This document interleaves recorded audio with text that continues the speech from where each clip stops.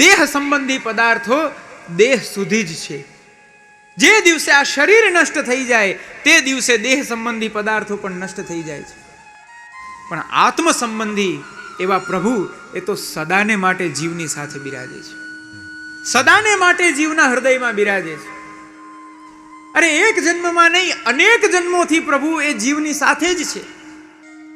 તો બોલો, મારો એક પ્રશ્ન છે, જે વ્યક્તિ અમુક વર્ષ સુધી આપણી સાથે છે, ત્યાર પછી એમ કહી શકાય કે એનો ને આનો નાવા નીચોવાનો પણ સંબંધ નથી.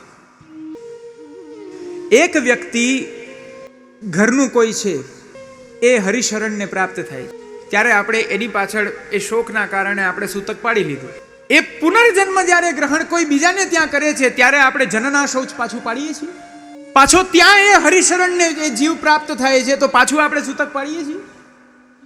આ દેહ સંબંધી પદાર્થો છે એ દેહ સીમિત જ છે, સમજો. અને પ્રભુ આત્મ સંબંધી છે,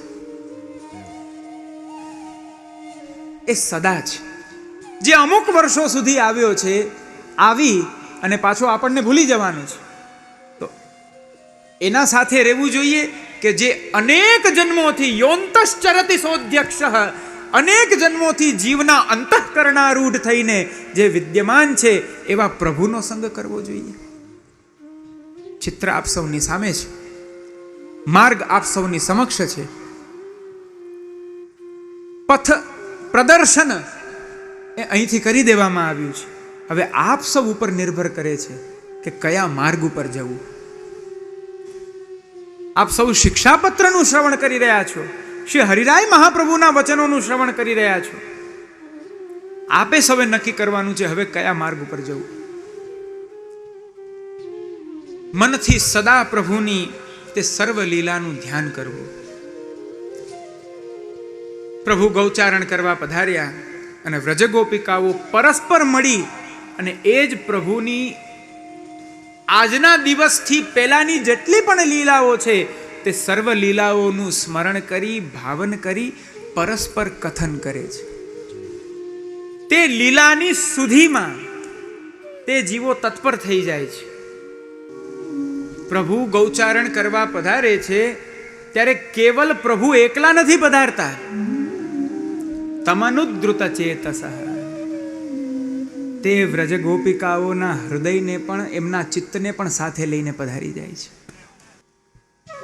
જ્યાં જ્યાં જે સ્થળે પ્રભુ જે જે લીલાઓ કરે છે, આ વ્રજ ગોપિકાઓ એ વિપ્રયોગ સામયિક સર્વાત્મ ભાવને પ્રકટ કરી જ્યાં છે ત્યાંથી જ પ્રભુની તે સર્વ લીલાને જુએ છે, સર્વ લીલાના દર્શન કરે છે અને સર્વ લીલાના દર્શન કરી પ્રભુનું ભાવન પોતાના હૃદયમાં કરે છે. વિરહ સામયિક સર્વાત્મ ભાવ બહુ અદ્ભુત પદાર્થ છે. આ એવું ફલ છે કે આ જીવના સાધન સાધ્ય ફલ નથી. આ તો શ્રી મહાપ્રભુજી, શ્રી ઠાકોરજી, શ્રી યમુનાજી અને શ્રી ગુસાઈજી આપ જો કૃપા કરીને જીવને દાન કરે તો જ પ્રાપ્ત થાય. જ્યાં બેઠો છે જીવ ત્યાં વિપ્રયોગ અવસ્થામાં એ સર્વાત્મ ભાવ દ્વારા એ સર્વ વસ્તુને જીવ જુએ છે. ગૌચારણ કરતા કરતા પ્રભુએ લતાને સ્પર્શી, ગૌચારણ કરતા કરતા પ્રભુએ એક વૃક્ષની ઉપર પ્રભુ આપ ચડ્યા. વનની અંદર ગ્વાલ બાલોની સાથે પ્રભુએ આ રીતના ભોજન કર્યું. આ રીતના પ્રભુએ યજ્ઞપત્નીઓ ઉપર કૃપા કરી. આ રીતના પ્રભુ ત્યાં ગોપ મંડળીની સાથે ખેલે છે. અને ગૌચારણ કરતા કરતા મધ્યાહ્ન કાલમાં ગાયો પણ ચરવા નીકળી ગઈ, ગોપ બાળકો પણ ખેલી ખેલીને થાકી ગયા, ઊંઘ આવી ગઈ. ત્યારે પ્રભુ શ્રી ગિરિરાજજીની કંદરામાં અનેકવિધ નિકુંજમાં પધારીને જે લીલા કરે છે, આવી સર્વ લીલાઓનું ભાવન અનવસર કાલમાં એક વૈષ્ણવે અહર્નિશ કરવું જોઈએ. આગ્રાવાળા સ્ત્રી પુરુષના પ્રસંગમાં આવે છે, પ્રભુને રાજભોગ ધરી અને તેઓ પ્રભુની લીલાનું ભાવન કરે છે. નંદરાયજીના ઘરની લીલા, વ્રજભક્તોના ઘરની લીલા, વૃષભાનજીના ઘરની લીલા. ઉષ્ણકાલમાં પ્રભુ કયા પ્રકારે છાક આરોગે છે ગોપ બાળકો સાથે. શીતકાળમાં પ્રત્યેક વ્રજભક્ત પોતાના ઘરે કેવી કેવી રીતના પ્રભુને પધરાવી, કેવી કેવી સામગ્રી અરોગાવે છે. અને વર્ષા ઋતુમાં યુગલ સ્વરૂપ આપ વનમાં પધારે છે. અને એ સમયે અચાનક મેઘ આવી ગયા, વર્ષા થઈ. પ્રભુએ પોતાની જે કામર હતી એ કામરથી શ્રી સ્વામિનીજીના મસ્તકને ઢાંક્યું. અને ત્યાં અનેક રત્નજડિત જે નિકુંજો હતી એમાં આપ પધાર્યા. રત્નજડિત સિંહાસન ઉપર યુગલ સ્વરૂપ બિરાજે છે. અનેક વ્રજભક્તો પ્રભુ માટે વિવિધ વિવિધ એમના મનોરથ સ્વરૂપ સામગ્રી ત્યાં સમર્પિત કરે છે. તે સર્વ સામગ્રી લઈ પ્રભુ શ્રી સ્વામિનીજીને વિનંતી કરે છે, હે રાધિકાજુ આપ અરોગો. શ્રી સ્વામિનીજી આમ શ્રી હસ્તને આમ, નહીં પ્રભુ પેલા આપ અરોગો, નહીં રાધિકાજુ પેલા આપ અરોગો. પ્રભુ આપના મુખારવિંદમાં અરોગાવે, શ્રી સ્વામિનીજી આપના મુખારવિંદમાં અરોગાવે. લલિતાજી વગેરે સર્વ ત્યાં આ લીલાના દર્શન કરે છે. એક જીવ સદાને માટે આવી સઘળી લીલાના ભાવનમાં તત્પર રહેવો જોઈએ. આ વૈષ્ણવનું સ્વરૂપ છે. અદ્ભુત ગ્રંથ છે આ શિક્ષાપત્ર. 2 દિવસ થઈ ગયા, બીજો દિવસ બસ હમણાં થોડી વારમાં પૂરો થઈ જશે. હજી 2 શ્લોક થયા. વિચાર કરો કેવો રસ છે આ. હજી તો આગળ જઈએ. અદ્ભુત બીજું શિક્ષાપત્ર, ત્રીજું શિક્ષાપત્ર. કાલે હું બહુ ઉતાવળમાં બોલી ગયો કે આપણે કદાચ 6-7 પૂરા કરી લેશું, પણ આજે એવું લાગે છે કે આપણે કદાચ 2 કે 3 પત્ર પૂરા થાય તો સારી વાત છે. પણ આ બધા એવા એક એક શ્લોકો છે, અને કેમ છોડી દઉં? આ વિષય પ્રાપ્ત થયો છે, આ અવસર મને પ્રાપ્ત થયો છે. આપ સૌ સુરતના શ્રોતાઓ મને પ્રાપ્ત થયા છો, અને આવા શ્રી હરિરાય મહાપ્રભુના આવા અલૌકિક રત્નરૂપ એક એક શ્લોકો હું કેમ જવા દઉં? કેમ જવા દઉં? મનથી સદા પ્રભુની લીલાનું ભાવન કરો. પ્રભુની લીલા કેવી છે? જેવો જીવ તેવી લીલા. એટલા માટે જ પ્રભુની કૃતિને લીલા કહી છે. વ્યક્તિની ક્રિયા છે, દેવની ક્રીડા છે, પ્રભુની લીલા છે. શા માટે લીલા છે? મનુષ્ય અને દેવ એ જેવા છે એ તેવા જ રહી શકે છે, પણ પ્રભુ જેવા જીવો છે પોતે તેવા થઈ જાય છે. શ્રી ઠાકોરજીએ વિચાર કર્યો કે આ જીવોના સ્વભાવનું પરિવર્તન એ અશક્ય છે. બોલો, ઠાકોરજી સ્વીકારી લીધું. સ્વભાવસ્ય અન્યથા ભાવો નવૈ શક્યમ કથંચન. સ્વભાવનું અન્યથા ભાવન એ શક્ય નથી. કેટલું સરસ નિશ્ચિંતતા મળી ગઈ. હવે આપણે જેવા છીએ એવા જ બસ. શિક્ષાપત્રમાં સાંભળતા હતા ને એવું જયવલ્લભ બાબાએ કહ્યું કે ભાઈ સ્વભાવનું અન્યથા ભાવન નથી થતું, આપણે જેવા છીએ તેવા જ. એમ ને શ્રી હરિરાય મહાપ્રભુ 5 દિવસમાં આ સ્વભાવનું પરિવર્તન કરી આપશે.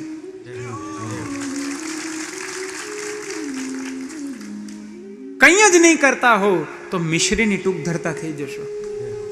મિશ્રી ધરતા હશો એ દૂધઘર ધરશો, દૂધઘર ધરતા હશો એ અનસકડી ધરશો, અનસકડી ધરતા હશે એ સખડી ધરશે.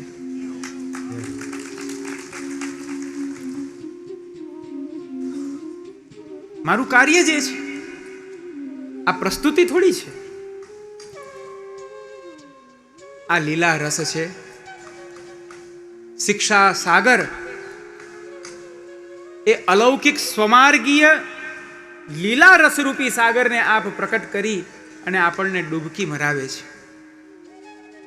નિસ્સાધન થઈને, નિષ્કિંચન થઈને આ રસમાં નિમગ્ન થાઓ. બસ એમાં જ આનંદ છે.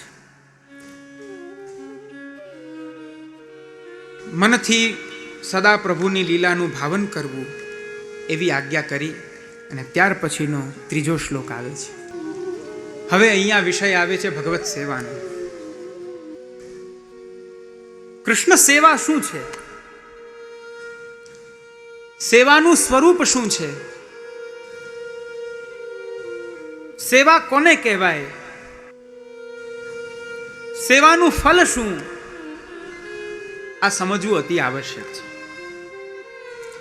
સેવા એટલે એવી અલૌકિક ક્રિયા જેના દ્વારા સેવ્યને સુખ થાય, જેના દ્વારા સેવ્યની સંતુષ્ટિ થાય, એને સેવા કહેવાય.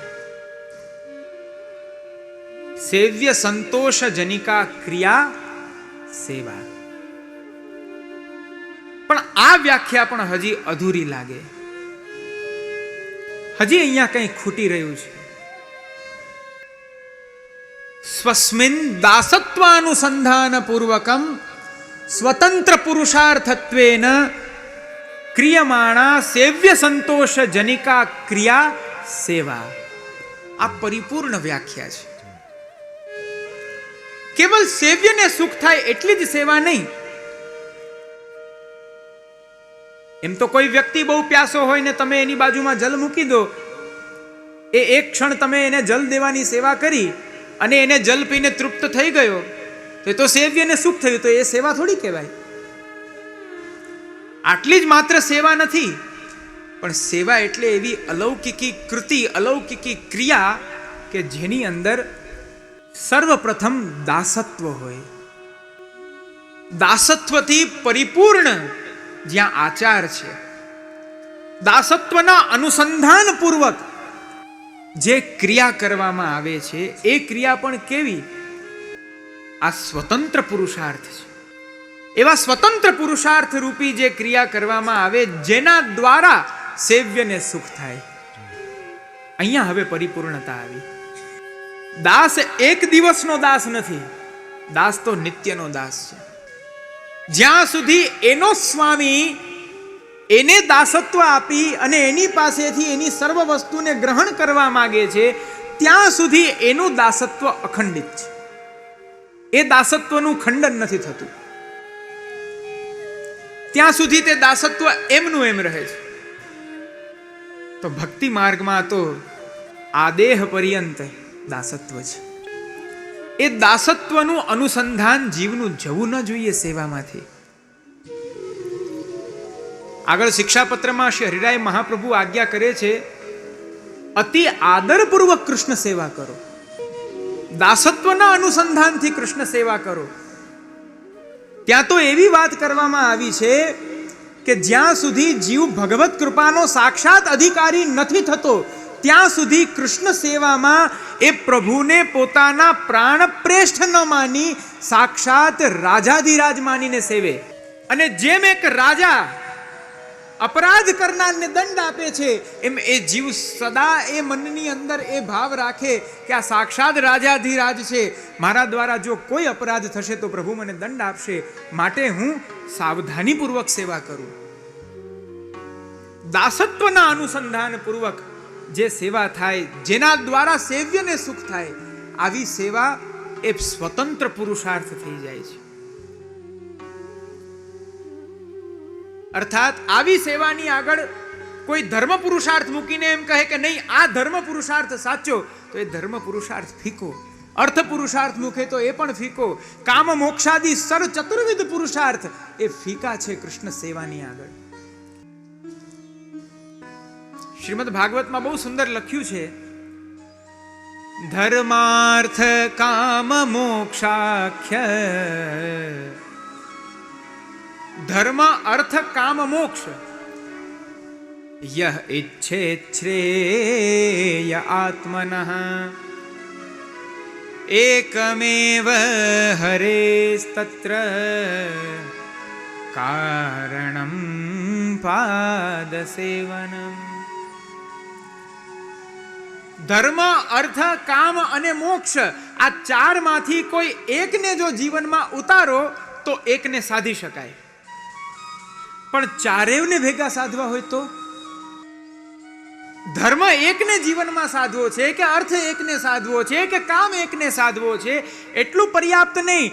કોઈ એવી વિશિષ્ટ ઈચ્છા કરે કે મારે ધર્માર્થ કામ મોક્ષ આ ચતુર્વિધ પુરુષાર્થને એક સાથે સાધી લેવો છે, તો યહ ઈચ્છેત શ્રેય આત્મનઃ, જો એ સાધી લેવાની ઈચ્છા રાખતો હોય તો કહે છે એકમેવ હરેસ્તત્ર કારણમ પાદ સેવનમ. એનું એક જ માત્ર એવો ઉપાય છે કે આ ચતુર્વિધ પુરુષાર્થને એક સાથે પ્રાપ્ત કરી લેવું હોય તો શ્રી હરિ કૃષ્ણચંદ્રના યુગલ ચરણારવિંદની સેવામાં પ્રવૃત્ત થઈ જાઓ. આ જ ક્ષણે સર્વ વસ્તુ પ્રાપ્ત થઈ જશે. કારણ કે સેવા એ સાક્ષાત ફલ છે. મર્યાદામાં અને પુષ્ટિ માર્ગમાં આટલો જ ભેદ છે પ્રિયજનો. મર્યાદામાં જે સાધન હોય એ સાધન દ્વારા ફલ પ્રાપ્ત થાય અને ફલ મળ્યા પછી સાધનનો ત્યાગ કરી દેવામાં આવે. શ્રી મહાપ્રભુજીના માર્ગમાં કૃષ્ણ સેવા જ પરમ સાધન અને એનું ફલ પણ કૃષ્ણ સેવા જ છે. આવા પ્રકારે જ્યારે સેવા થાય ત્યારે સેવા જ સ્વયં એક પુરુષાર્થ બની જાય છે. અને આવી ક્રિયા દ્વારા સેવ્યને સુખ થાય એને જ આપણા માર્ગમાં સેવા તરીકે કહેવામાં આવે છે. શ્રી હરિરાય મહાપ્રભુ શું આજ્ઞા કરે છે? સેવાપી કાયિકી કાર્યા નિરુદ્ધે નૈવ ચેતસા. ચિત્ત દ્વારા સેવા થાય. કાયિકી સેવા પણ, આ શરીર દ્વારા થતી સેવા પણ કેવલ શરીરથી થાય ને ચિત્ત ભટકે એમ નહીં. ચિત્ત પણ સેવામાં પ્રવૃત્ત થાય તો જ આ સેવા સેવા છે. જેમ શ્રી મહાપ્રભુજી આજ્ઞા કરે છે. સેવા કોને કહેવાય? તો ચેતસ્તત બધાને આવડે છે, બોલો. પ્રવણમ સેવા. ચિત્ત સેવામાં પરોવાય એનું નામ જ સેવા. પણ એ ક્યારે સિદ્ધ થાય? તો કહ્યું તત્સિદ્ધ્યૈ તનુ વિત્તજા. જ્યારે આ દેહ અને વિત્ત દ્વારા, આ શરીર અને ધન દ્વારા, શરીર અને ધન બંને જ્યારે કૃષ્ણ સેવામાં ઓતપ્રોત થાય ત્યારે જ ચિત્ત પ્રભુમાં પરોવાય. જ્યારે ચિત્ત પ્રભુમાં પરોવાય અને જે સેવા કરવામાં આવે, આવી સાધન રૂપા સેવાથી માનસી ફલ રૂપા સેવા સિદ્ધ થાય છે. તનુજા સેવા એ માનસી સેવાનું સાધન છે અને વિત્તજા સેવા કેવલ ધન દ્વારા સેવા એ એકલું સાધન નથી, પણ તનુજા દ્વારા સિદ્ધ થતું સાધન છે. એટલે તનુ વિત્તજા એ બંને શબ્દ ભેગા આપ્યા. પણ ચિત્તનું સેવામાં પરોવાવું અતિ આવશ્યક છે. આ ચિત્ત કેવું છે ખબર છે? શાસ્ત્ર કહે છે આ તમારો સંસાર જ આ ચિત્ત છે. બોલો, હું એમ કહું, આપ સૌ અહીંયા બેઠા છો. હવે ભાઈઓ, આપ સૌ આપના વ્યાપાર, ઓફિસ, દુકાન આંખ બંધ કરીને જરા એને યાદ કરો છો. એ આપની ઓફિસની અંદર મૂકેલું ટેબલ, એ ટેબલના ખાનાની અંદર આમ હું બોલું એટલે એનો કલર આવી જશે, એ પિક્ચર આખું સામે આવી જશે. આ કાર્ય કોણ કરે છે? આ સ્મૃતિ કરે છે. અને આ સ્મૃતિ ચિત્તને આધીન છે. ચિત્તનું કાર્ય છે સ્મરણ કરવું. એ ચિત્તને આધીન છે. માટે આ ચિત્ત જ આપણો સંસાર છે. જો આ ચિત્ત પ્રભુમાં જાય તો જીવને ભગવાનમય બનાવી દે, અને જો આ ચિત્ત સંસારમાં જાય તો જીવને બંધનમાં મૂકી દે.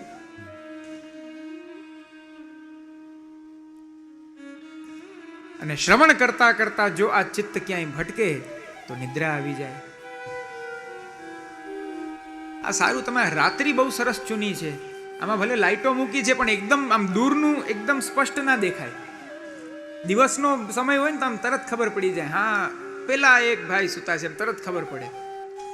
પણ આમાં તો હવે વધારે ભાર વિચારા આગળ વાળા ઉપર આવી ગયો.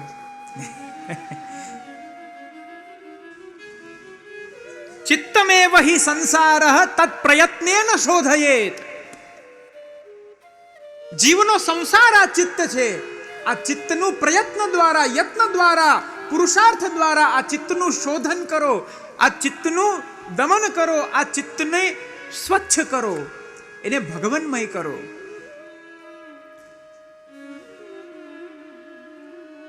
કેવી મજાની વસ્તુ છે. એક જ વસ્તુ, એ એક જ વસ્તુ લાભ પણ કરાવી શકે છે, એ એક જ વસ્તુ હાનિ પણ કરાવી શકે છે. હમણાં જ હું આવું ક્યાંક બોલ્યો હતો, એકદમથી યાદ નથી, પણ અહીંયા પાછું કહું. એક જ પાત્ર હોય અને એક જ પાત્રમાં તમે અમૃતરૂપી દુગ્ધનું પણ પાન કરી લો, સ્વાસ્થ્યપ્રદ, પૌષ્ટિક, આયુવર્ધક. અને એ જ પાત્ર હોય, એ પાત્રમાં દુગ્ધ કાઢી વિષ ભરીને પાન કરી લો, નાશક, સંહારક, પ્રાણહારક. એક જ પાત્ર છે જે અમૃત પણ આપી શકે છે, અને એ જ પાત્રમાંથી તમે વિષ પણ પી શકો છો. આવા પાત્રનું નામ છે ચિત્ત. આ આપણું હૃદય.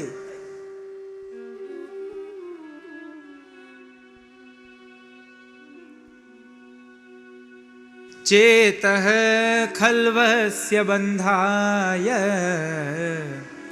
મુક્તયે ચાત્મનો મતમ ગુણેષુ સક્તમ બંધાય રતમ વા પુંસી મુક્તયે.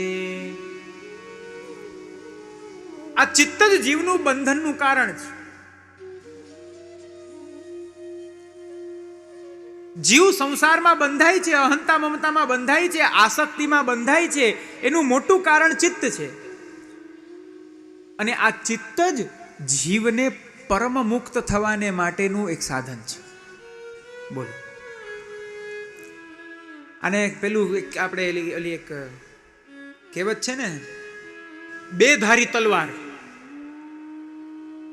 બે ધારી તલવાર. તલવાર છે, ખડગ છે, પણ એ કેવી? એક બાજુની ધાર હોય તો પ્રહાર યુદ્ધમાં એક બાજુથી જ પ્રહાર કરવો. આ તો બે ધારી તલવાર છે. તમે એને આ બાજુ ચલાવો તો પણ કાર્ય કરે છે, ને આ બાજુ ચલાવો તો પણ કાર્ય કરે છે. આ ચિત્તનું કાર્ય આવું છે. જો આને તમે સંસારમાં રાખો છો તો તમારા બંધનનું કારણ છે. આ બંધન રૂપ પણ છે અને આ મોક્ષ કરાવનારું પણ છે. પણ ગુણેષુ સક્તમ. જો લોક સંબંધી પદાર્થોમાં આસક્ત થયું ચિત્ત, તો બંધાય, જીવ બંધાઈ ગયો. એક ચોખવટ કરીને કહું કેવી રીતના બંધાયો. આ હું નથી કહેતો, રાજા મુચુકુંદ કહે છે. આખો શ્લોક અત્યારે નથી લેવો મારે, એ પછી કાલે એ વિષય આવશે. કારણ કે એના એક એક પાદમાં એટલું સુંદર વર્ણન છે કે આપણે પછી ઘણી બધી ચર્ચાઓમાં આવી જશું. ચિત્તનું સંસારમાં આસક્ત થવું એ બંધન છે, પણ એ બંધન જીવ માટે કેવું છે ખબર છે? યથાંધકૂપે પતિતો યથા પશુ.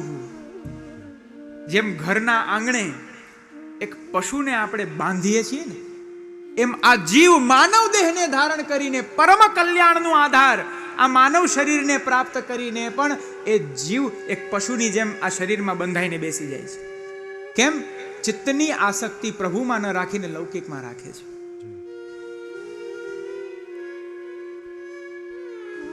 ગુણેષુ સક્તમ બંધાય. જો ગુણમાં ફસાયું, બંધાઈ ગયું. અને રતમ વા પુંસી મુક્તયે. અને જો પ્રભુમાં અનુરક્ત થયું, પછી કોઈ પ્રશ્ન જ નથી. ચેતસ્તત પ્રવણમ સેવા. ચિત્તને સેવામાં પ્રવૃત્ત કરાવો. ચિત્તપૂર્વક સેવા થવી જોઈએ.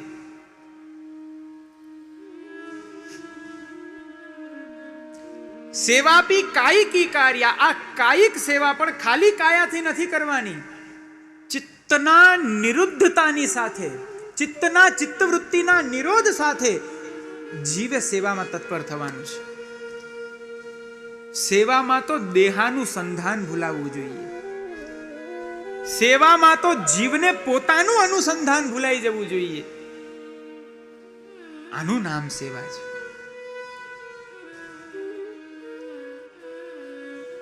શ્રી કૃષ્ણ જ સેવ્ય છે. શ્રી કૃષ્ણ જ પરમ સેવનીય છે, ભજનીય છે. ચતુશ્લોકીમાં બધા શું બોલો છો? ચતુશ્લોકીનો જ્યારે પાઠ કરો છો ત્યારે બધા શું બોલો છો? સર્વદા બોલો બોલો. ભજનીયો વ્રજાધિપ. ભજનીય વ્રજાધિપ. એવા ભજનીય પ્રભુ જે ભજવા યોગ્ય છે, માટે એમનું ભજન કરવું. શા માટે? શ્રી મહાપ્રભુજી સુબોધિનીજીમાં શ્રુતિ ગીતાની કારિકામાં બહુ અદ્ભુત આજ્ઞા કરે છે. 5 પ્રકારે શ્રી કૃષ્ણ સેવનીય છે. આવું કોઈ એક નથી કહી રહ્યું. બુધૈહિ બુદ્ધિમાન જનોએ, મહર્ષિ જનોએ, ભગવત તત્વને જાણનારાઓએ આ વસ્તુનું પ્રતિપાદન કર્યું છે. 5 પ્રકારે કૃષ્ણ સેવ્ય છે. શરીરદઃ, શ્રી કૃષ્ણ એટલા માટે સેવ્ય છે કારણ કે આ દેહનું દાન કરનારા જ પ્રભુ છે. શું પ્રભુની ઈચ્છા વિના જીવ જન્મ લઈ આખું જીવન જીવી આખા ભોગોને ભોગવી અને આ શરીરને સમાપ્ત કરી શકે? એટલી જીવની કોઈ સત્તા છે ખરા? શરીરદઃ, પ્રભુની સ્વતંત્ર ઈચ્છાથી જ જીવને આ દેહ પ્રાપ્ત થાય છે. દેહનું દાન કરનારા પ્રભુ છે. અરે ગર્ભસ્થ શિશુ પ્રભુને કહે છે કે હે પ્રભુ, મને આ ગર્ભોદકમાંથી બહાર કાઢો, મારે આપની સેવા કરવી છે. અને એ સમયે પ્રભુ એ જીવને જન્મનો અવસર આપે છે. પ્રેરક પણ ભગવાન છે. આજે આ સામગ્રી સિદ્ધ કરું, આજે આ સામગ્રી સિદ્ધ કરું, આજે આવા શૃંગાર કરું, આજે આ પ્રકારે પિછોરા ધરાવું, આજે આ પ્રકારે પ્રભુને આડબંધ ધરાવું, આવા અનેકવિધ મનોરથો એના પ્રેરક પણ પ્રભુ પોતે છે.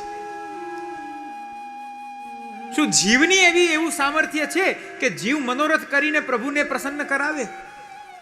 શું પ્રભુ પ્રસન્ન થાય એવું જીવ પાસે સામર્થ્ય ખરું? આપણા સંસારના, આ બહુ ટોપ સિક્રેટ છે પણ સત્ય છે, આપણા સંસારના દેહ સંબંધી પદાર્થોને તે જીવોને રાજી કરવામાં આપણું આખું જીવન નષ્ટ થઈ જાય છે. એક વ્યક્તિ પાછળ 100 કાર્ય કરવા પછી એ વ્યક્તિ કે મારા માટે શું કર્યું? એ વ્યક્તિને આપણે પ્રસન્ન નથી કરી શકતા.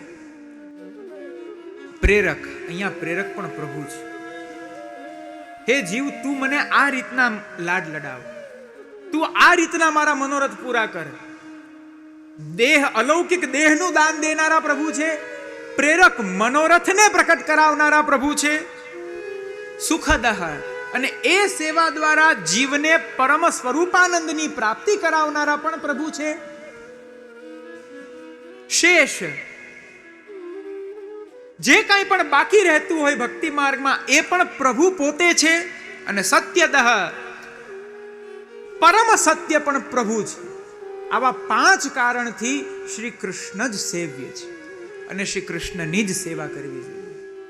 આ સિદ્ધાંત છે.